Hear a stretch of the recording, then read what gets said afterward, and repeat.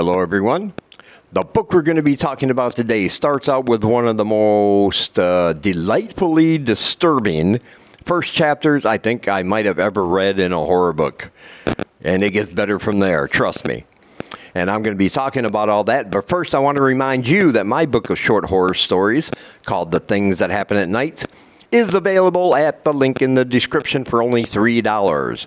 I hope you get it. I hope you enjoy it. Now let's get on with the video.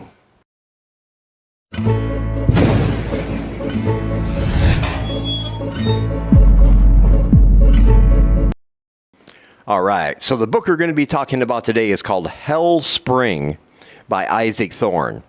Now, I do want to let you know this book is available right now for pre-order. It's not going to arrive until September. I believe it's the 21st. And normally I won't do a review that far away from the release date, but this book really impressed me. It really got to me. It's a very good horror book. And so I thought I'd give it a review now. But you do have to pick it up. You do have to pre-order it. I highly recommend it. The link's down below where you can do that. But as I said in the intro, this book may have one of the most disturbing, disgusting opening chapters I have ever read. And I mean those adjectives in a very positive, horror kind of way. I mean, when you get a book and you read the first chapter and already you're like, I don't know where it's going to go from here. Yeah. But that's exactly how I felt. But it's fantastic, and I loved it. And I think people are going to read that chapter, and you're either going to be like me and go, this is my kind of horror book right here. A lot of people might be like, maybe it's not for me. But he's not holding anything back right from the beginning. You're going to know if you are going to like or not like this book. I absolutely loved it, by the way. And basically, Hell Spring is set in the 1950s in a town in Tennessee. And it's about 8 people who are trapped inside of a general store. The bridge to that store from the town has collapsed because there's a storm, one of those 100-year storms, storm of the century type scenarios, with the winds and the rains and the thunder and the lightning and the flooding, and the river rises and the wind's pushing it so fast that it just destroys the only bridge. All 8 people are on the other side, not locked up, but taking shelter in this general store in town. But that's not even the worst of their problems, because among them is a literal creature from hell. That's right, a literal hellhound has come up from the depths of hell and joined them in human form. Now, this thing is, we'll read about it when it first comes up. It can read people's minds, people's thoughts, people's emotions. And one of the first images it attaches itself to, because this is set in 1955, I believe this part, is a boy going through the woods, a teenage boy, and he has a thought in his head of this woman named Marilyn Monroe. And she picks this hellhound picks up the image and decides to take the form of that woman, because this boy seems to really like that woman.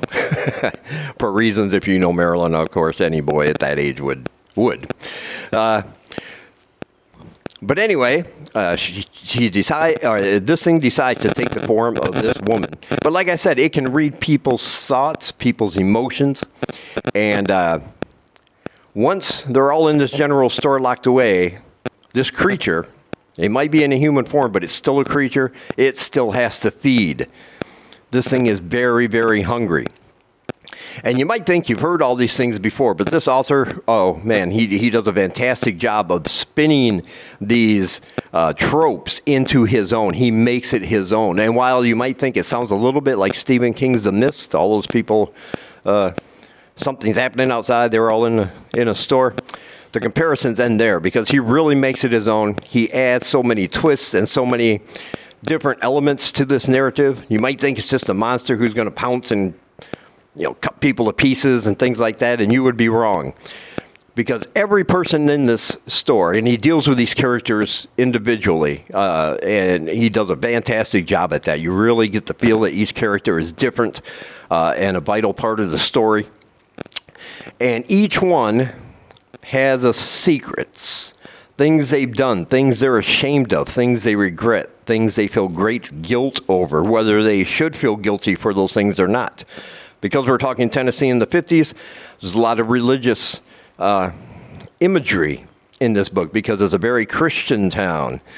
And so all these people, whether they committed outright sins or things that really aren't sins, but they've been told are sins because of the beliefs at the time, they've done these things, they are these people, and they feel very guilty, they feel remorse, they feel regret, they feel in danger of their very souls going to hell because of the things they've done. And those emotions are what this hellhound feasts on.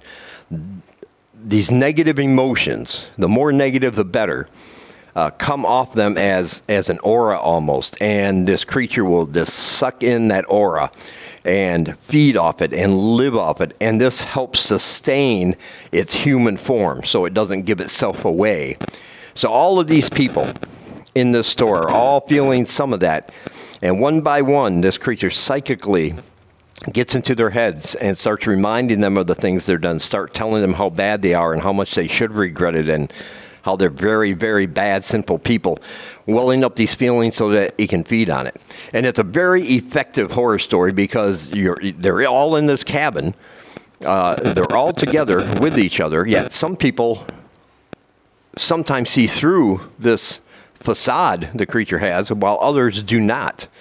So something one person might see, the other people are not seeing the same thing. And it's just a claustrophobic, very frightening scenario as we see how this creature feels about each and every one, how easy it is to be manipulated for for things you might have done that might not even really be that bad, and how this creature is going to take advantage of it to feed, and starting in this town and then spreading out to the whole world, knowing that there are creatures in this world after it had escaped from its hell, that it can feed forever, basically, with these thoughts of guilt and shame and despair.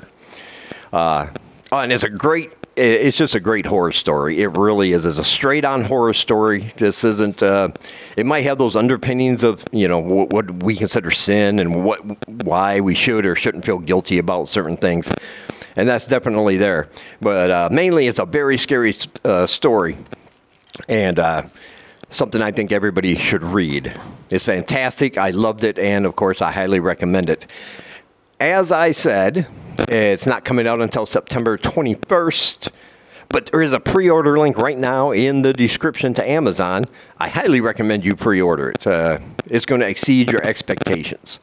And I can't say too much more. There's a lot of other things going on in there, but I don't want to say too much because that would be going into spoiler territory. But there are some surprises that await you, I promise. Also down below, there's a link to my book of short horror stories, The Things That Happen at Night. I hope you pick that up for $3. My Instagram and Twitter are down below. Please join me on there, and we can discuss creepy stuff together. I'd love to have you.